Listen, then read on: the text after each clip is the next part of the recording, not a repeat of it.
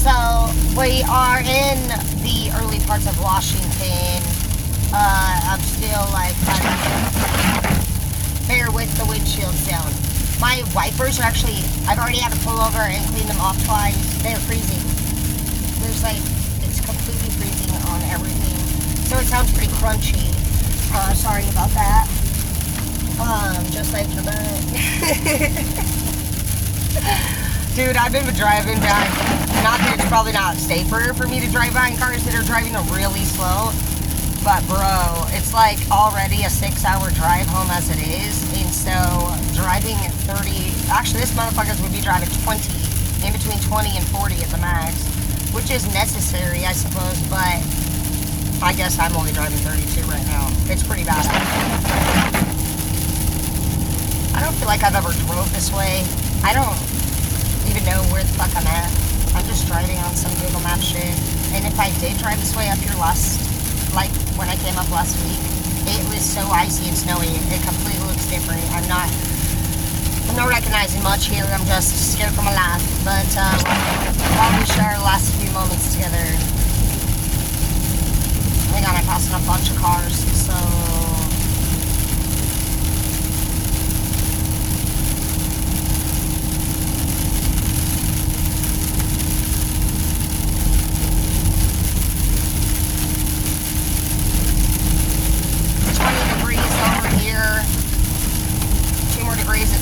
Frozen, everything in between 18 and 37 you can expect just conditions, and 37 starts snowing, 18 starts freezing, so those two numbers you can always remember. 18 freeze, 37 snow. We have the King of Swords in the reverse, so somebody's honestly had enough shit. Somebody might even have acted out in a way to express King of Swords in the reverse type of characteristics, such as maybe you threw something. Some of you guys could have thrown an item and broke it. Some of you guys you physically became involved with a situation, in my opinion, or you negatively verbally become involved in a situation. It becomes, when you're in the King of Swords in the reverse, you are actually expressing a lot of emotional instability, and it's just showing that you are not setting boundaries in a quick enough manner before you are actually suffering consequences from your actions. So whoever it is for you guys who's driving you crazy, you need to understand that it's you suffering already consequences because you're not nipping it in the ass. You're just allowing it to happen. I just saw 303, so yeah, I just feel like it's just a reoccurring situation. It just keeps going round and around and around for you. Woo!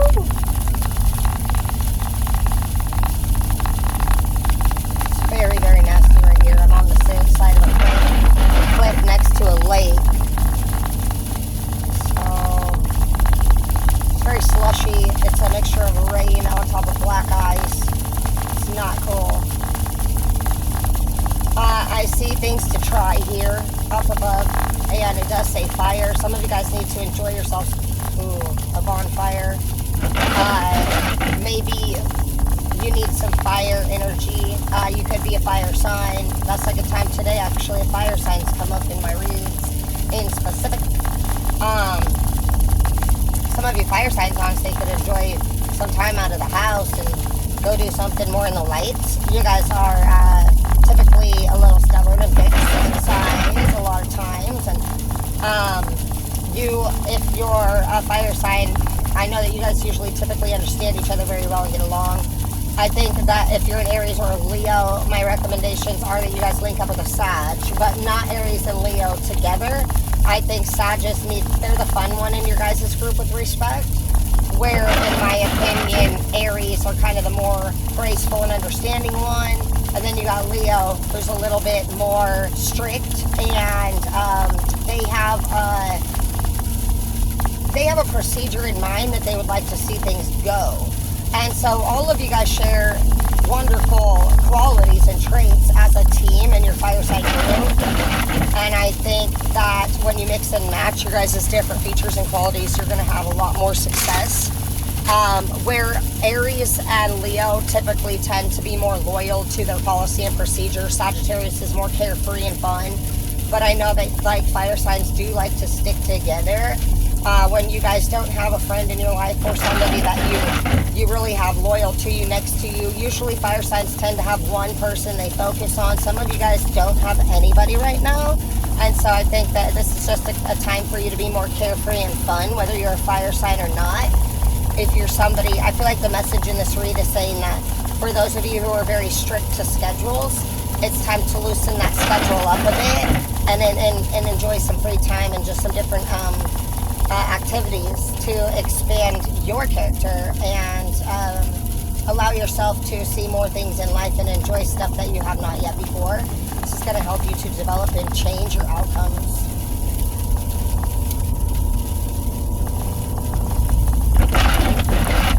Six of Cups in the reverse. Some of you guys are where you're at today because you suffered a loss at work and you suffered a loss in love.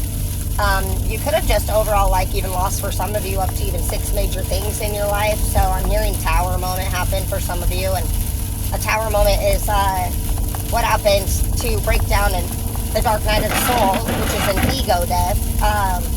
The identity our ego helps us create is more of a defensive mechanism. That's where you could also be getting that King of Swords in the reverse card. Ego doesn't like to feel hurt. It doesn't like wounds. It feels pride. It's your manly man inside of you. It's your superhero, I'm going to beat their ass friend. It doesn't matter. Ego always has your back to any type of uncomfortable feeling. Ego is not actually created to understand or do anything other than just have your back. And ego's kind of a fighter. Ego has a lot of pride and masculine energy, and it has to actually be told what to do by you. And ego doesn't be feminine. Ego being told, when you tell your ego what he's not, like that he needs to chill out and let you handle shit, it's not saying that ego, we're going to teach you how to be more feminine. It's more so you just understanding that ego's duty is to have your back and defend you when anything uncomfortable is sent by your senses throughout your body and registered by your brain as a no. And so once brain says don't like it, ego now categorizes it as UFC fight, okay? And it always wants the belt. It's always going to fight for that belt, that champion belt. You're not going to tell it no. It's a canine fighting dog. It's a grit lock fight, okay? And so you trying to put yourself in a situation. Some of you guys are trying, you actually believe that maybe you are ego. And we teach a lot about that in my classes, so you guys can find that over there on Empress Unlimited on YouTube or Tara Dean on Facebook. But we do go over a lot about the identity of your ego versus yourself and how to separate those. And if you guys need to do another class on that, I'm more than happy to do that. But it's 2 different identities within yourself that both matter. And you're just realizing that. You're realizing that your addict self matters, your sober self matters, your single self matters, your taken self matters, your mothering self matters, your fathering self matters, the fact that you're a child with or without a parent that loves you matter. Everything, every experience, every part of you matters. And you actually feel like you matter. You're starting to understand what matters to you. You're starting to see that there are consequences because you're not taking action towards it.